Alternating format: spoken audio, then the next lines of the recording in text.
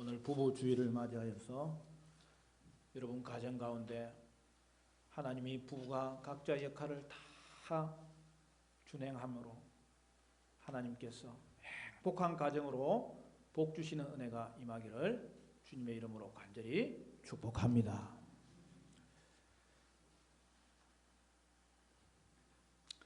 야, 이것은 지옥이야. 아내와 갈등하다가 제 입에서 나온 말이에요.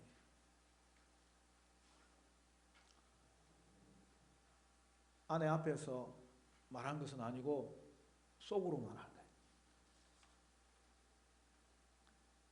아내와 안 맞아도 이렇게 안 맞을 수 있는가? 그로 인하여서 절망으로 장탄식이 흘러나온 거죠. 저도 한 번씩 놀라는 거예요. 아니, 목사님이 어떻게 그렇게 할 수 있어요?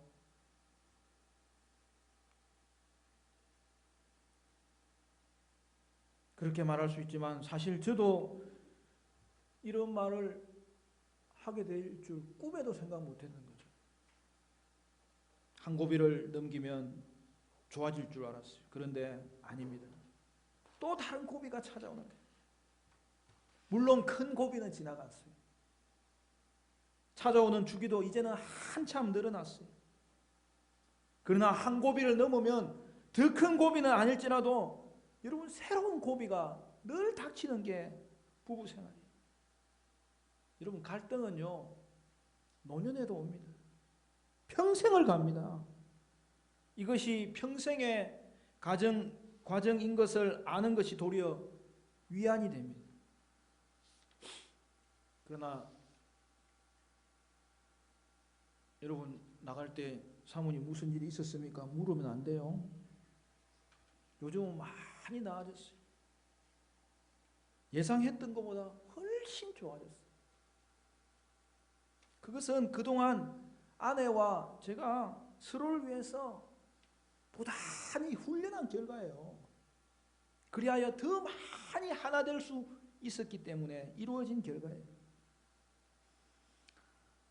오늘 우리는 본문에서 부부의 의미에 대한 이 사도 바울의 메시지를 듣습니다. 성경에 부부에 관한 말씀이 참으로 많이 등장해요. 여러분 이것은요 다른 종교의 경전에는 있을 수 없는 일이에요. 오늘 특히 읽은 본문에 얼마나 세밀하게 하나님의 말씀을 우리 부부들에게 전해주는지 사도 바울에게 우리는 고마울 따름입니다. 바울은 창세기에서 하나님이 부부를 처음 만들 때의 말씀을 인용하면서 부부의 의미에 대해서 가르쳐주고 있는 것입니다. 여러분 31절 32절 말씀 같이 읽어볼까요? 31절 32절 다 같이 시작. 그러므로 사람이 부모를 떠나 그의 아내와 합하여 그 둘이 한 육체가 될지니 이 비밀이 크도다. 나는 그리스도와 교회에 대하여 말하노라. 여러분 결혼은 부부가 하나 되는 것임을 말씀하고 있죠. 부모를 떠나 서로 다른 남자와 여자가 연합을 이루는 것을 말하고 있죠. 그런데 이게 뭐라고요? 비밀이라고요. 큰 비밀이라고요. 여기서 비밀은 감춰져 있다는 의미가 아닙니다. 신비하다는 거예요. 이 공개된 신비, 이것을 아는 자는 결혼의 축복을 누리게 될 것이라고 말씀하고 있는 것이죠. 그러므로 신자가 아니고서는 진정한 부부의 의미와 축복을 모르는 겁니다. 다른 말로 신자는 반드시 부부의 하나됨을 이뤄내야 하고 또한 그것을 누려야 된다는 사실이죠. 그리고 하나님은 성도에게는 이 신비를 경험할 수 있는 길을 이미 열어주셨습니다. 그것은 바로 그리스도와 교회의 연합입니다. 바울은 그리스도와 교회의 연합을 통해 남편과 아내의 관계를 설명하고 있습니다. 따라서 31절, 32절 이 말씀은 21절부터 진행된 부부의 역할에 대한 가르침의 결론부인 것입니다. 교회는 그 교회를 구원하신 그리스도가 머리 되시고 신랑이 되시고요. 교회는 그리스도의 신부입니다. 따라서 남편 된 자는 아내의 사랑을 통하여 그리스도의 사랑을 나타내야 된다는 거예요. 여러분, 그리스도의 마음에는 교회밖에 없었잖아요. 그리스도는 교회의 영광을 위해 그의 몸을 바치셨잖아요. 생명을 주셨잖아요. 그러므로 남편은 그리스도께서 교회를 회복시키셨듯이 아내의 그 영광스러운 존재가 되도록 하기 위하여 이끌어줘야 한다는 거예요. 아내도 마찬가지입니다. 예수님은 교회의 머리이고 교회는 예수님의 신부인데, 따라서 교회가 그리스도를 기쁘게 순종하는 것처럼 아내는 남편의 머리됨을 인정해야 되고 순종해야 된다는 거예요. 여러분, 남편이 아내를 사랑하는 비결이 뭐죠? 이미 말했잖아요. 그것은 그리스도의 사랑을 경험함으로 그 사랑으로 아내를 사랑할 수 있게 되는 것입니다. 그러면 아내는 어떻게 남편을 순종할 수 있을까요? 어떻게 남편의 조력자 역할을 잘할 수 있을까요? 여러분, 그것도 그리스도의 사랑으로 말미암는 거죠. 아내도 그리스도의 사랑을 경험함으로 남편을 사랑할 수 있는 거예요. 그리고 남편 사랑이 순종으로 나타날 수 있는 거예요. 아내도 그리스도로 충만해야 아내의 역할을 잘할 수 있는 거예요. 여러분, 아내의 역할이 뭐죠? 그것은 남편의 머리됨을 인정하는 것이고 그를 순종함으로 그를 돕는 것입니다. 하나님은 왜 남편에게는 사랑의 역할을 하라 하시고 아내에게는 순종의 역할을 하라고 하시는지 그것에 대해서는 저도 잘 모르겠어요. 중요한 것은 그런 역할을 하나님이 친히 주셨다는 데 있는 거예요. 그런데 그 역할의 목적이 뭡니까? 여기는 분명한 거예요. 결혼의 목적은 부부의 연합입니다. 연합은 남편 혼자 되는 게 아니죠. 아내가 상호 보완해 주어야 비로소 이루어지는 게 연합이에요. 결혼의 목적이 연합이라면 결국 이것이 이루어지는 최종 역할이 아내에게 달려있음을 보여줍니다. 남편 혼자 아무리 큰 소리를 쳐도 아내가 받쳐주지 않으면 남편은 결코 바로 설 수가 없어요. 그러므로 연합에서는 아내의 역할이 더 큰 것입니다. 아내의 순종을 통하여 부부는 최종적인 연합을 이루므로 그것을 누릴 수 있게 되는 것입니다. 오늘 본문의 배경은 태초에 하나님이 인간을 창조하실 때에 아담 혼자 만드신 것이 아니라 돕는 배필로 하와를 함께 만드신 사실에 있죠. 여러분, 창세기 2장으로 가봅시다. 창세기 2장에는 인간 창조에 대한 기록이 나오는데요.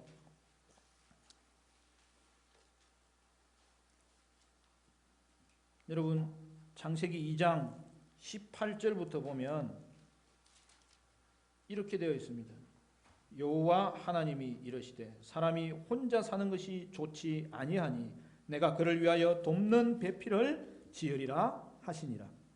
여호와 하나님이 흙으로 각종 들짐승과 공중의 각종 새를 지으시고 아담이 무엇이라고 부르나 보시려고 그것들을 그에게로 이끌어 가시니 아담이 각 생물을 부르는 것이 곧 그 이름이 되었더라. 아담이 모든 가축과 공중의 새와 들의 모든 짐승에게 이름을 주니라. 아담이 돕는 배필이 없으므로 여호와 하나님이 아담을 깊이 잠들게 하시니 잠들매 그가 그 갈빗대 하나를 취하고 살로 대신 채우시고 여호와 하나님이 아담에게서 취하신 그 갈빗대로 여자를 만드시고 그를 아담에게로 이끌어 오시니 아담이 이르되 이는 내 뼈 중의 뼈요 살 중의 살이라. 이것을 남자에게서 취하였은즉 여자라 부르리라 하니라. 이러므로 남자가 부모를 떠나 그의 아내와 합하여 둘이 한 몸을 이룰지로다. 아담과 그의 아내 두 사람이 벌거벗었으나 부끄러워하지 아니하니라. 여러분, 창조에서 하나님은 뭐라고 결론을 내리셨죠? 보시기에 좋았더라, 그렇게 말씀했어요. 그런데 오늘 본문을 보면 또 색다른 표현이 등장하는 거예요. 아담을 보시고는 혼자 사는 것이 좋지 않았다 하신 거예요. 여기에 놀라운 비밀이 등장하는 거죠.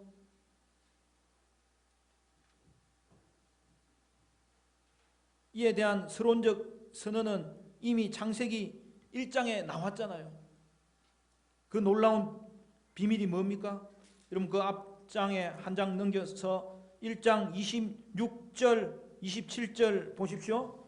여러분, 그것은 같이 읽을까요? 26절 27절 시작. 하나님이 이러시되 우리의 형상을 따라 우리의 모양대로 우리가 사람을 만들고 그들로 바다의 물고기와 하늘의 새와 가축과 온 땅과 땅에 기는 모든 것을 다스리게 하자 하시고 하나님이 자기 형상고 하나님의 형상대로 사람을 창조하시되 남자와 여자를 창조하시고, 이렇게 선언하신 하나님이 그 과정이 어떻게 되었는지를 2장에서 좀 더 구체적으로 보여주잖아요. 그래서 결론이 무엇입니까? 하나님은 남자와 여자를 창조하신 거죠. 그런데 그 남자와 여자가 뭡니까? 하나님의 형상으로 창조된 존재라는 거예요. 그러니까 남자와 여자가 다 하나님의 형상이라는 것입니다. 그리고 또한 남자와 여자를 창조하심이 그 하나님의 형상의 반영이라는 거예요. 여러분, 하나님이 자신을 소개하면서 뭐라고 표현했습니까? 우리의 형상을 따라. 여기서 우리는 삼위일체 하나님을 말하는 것이 분명합니다. 하나님은 인간을 남자와 여자로 창조하심으로 삼위 하나님의 연합을 반영하는 존재로 창조하셨다는 거죠. 여러분, 하나님은 성부 하나님, 성자 하나님, 성령 하나님이 삼위로 계신데요, 이러한 삼위 하나님의 관계는 여러분 얼마나 아름답고 놀랍겠습니까? 그런데 하나님은 우리를 남자와 여자로 만드심으로 하나 되게 하사 삼위 하나님 안에 있는 이 사랑의 아름다움과 영광을 경험하게 하셨다는 거예요. 하나님은 남자와 여자가 함께 이 땅을 다스리라고 했습니다. 함께 생육하고 번성하라고 하셨어요. 그런데 혼자서 여러분 생육하고 번성할 수 없잖아요. 그러니까 처음부터 하나님은 인간을 상호 보완적인 존재로 만드셨다는 거죠. 여기서 함께라는 말이 중요한 거죠. 그러므로 여러분, 결혼은 언제나 언약적이에요. 여러분, 우리가 결혼할 때 그 결혼은 하나님 앞에서 서로와 언약을 맺는 거죠. 하나님이 짝지어 주신 것을 사람이 나누지 못합니다. 그렇다고 여러분, 이 연합이 자동으로 이루어진다고 생각하면 안 돼요. 이제는 언약 관계 안에 들어왔기 때문에 그 언약이 주는 안정 안에서 연합을 만들어 가라고 하는 거예요. 여러분, 서로 같아서 연합을 만들 수 있는 게 아니에요. 서로 다르면서 연합을 이루라는 거예요. 바로 거기서 참된 연합이 이루어진다고 하는 거예요. 하나님은 부부에게 이 연합을 누리게 하시려는 거죠. 여러분, 이것이 부부를 향한 하나님의 창조 목적이죠.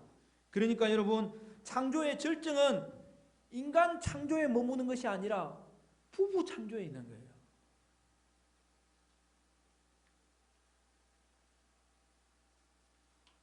따라서 우리는 부부의 하나됨을 이루기 위해서 훈련해야 되는 거죠. 여러분, 거기서 언약이 이 연합의 출발이죠. 그리고 이 결혼 언약이요, 연합의 능력이죠. 요즘은 결혼관이 많이 달라졌습니다. 이제 대다수의 믿지 않는 젊은이들은 더 이상 결혼은 옛 관습일 뿐이고, 결혼보다 더 중요한 것은 사랑의 감정과 이 성적 쾌락에 있다고 생각하는 거예요. 왜 힘들게 결혼해서 책임을 지느냐고. 그래서 동거하는 거예요. 동거해보고 맞으면 결혼하는 거예요. 여러분, 이미 유럽 사회는 동거 가족을 법적으로도 가족으로 인정해 주잖아요. 그러나 여러분, 착각하면 안 됩니다. 사랑이 행복을 주는 게 아니에요. 언약이 행복을 주는 거예요. 감정적 사랑으로는 행복을 만들 수가 없어요. 그것은 진정한 사랑이 아니기 때문입니다. 그런 사랑은 일시적인 사랑이에요. 이기적인 사랑이에요. 여러분, 이것이 죄의 특징인 자기중심성이에요. 사실은 언약이 사랑을 만드는 거예요. 언약이 사랑을 지켜주는 거예요. 언약이 사랑을 깊게 하는 거예요. 결혼은 언약이고요. 그러므로 결혼 이후에 사랑은요, 언약적인 사랑을 해야 되는 거예요. 헌신적인 사랑을 하셔야 되는 거예요. 그런데 놀라운 것은 거기서 이 사랑이 훈련되는 거예요. 사랑이 자라는 거예요. 사랑이 깊어지는 거예요. 그리하여서 하나님이 계획하신 부부의 하나됨을 이룰 수 있게 되는 것이고, 거기서부터 행복이 나오는 거예요.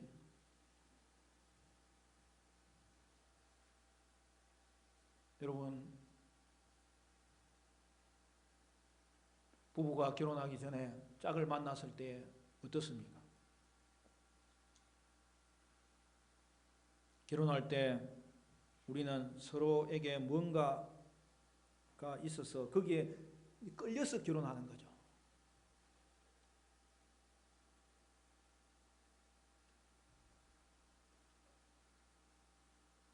자기 아내들 상황을 봤는데 눈이 도잉 하더라는 거예요.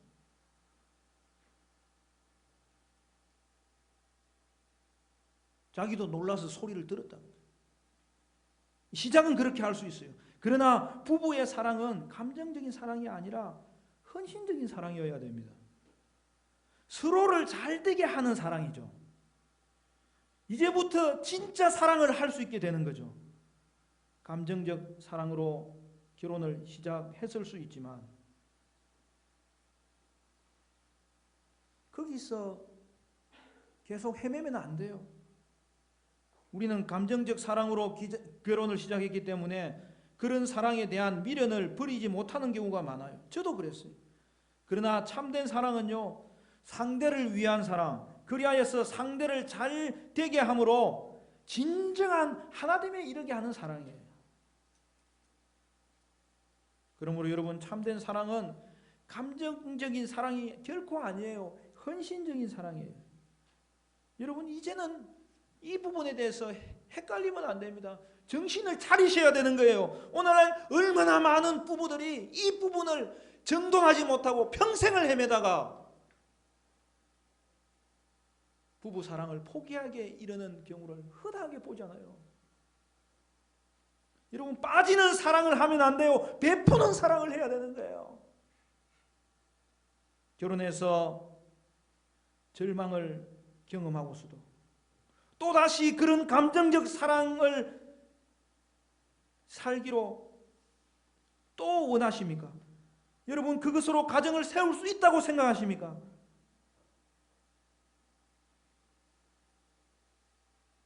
우리는 부부의 갈등을 통해서 우리에게 있는 이 자기 중심성을 철저하게 깨닫게 됩니다.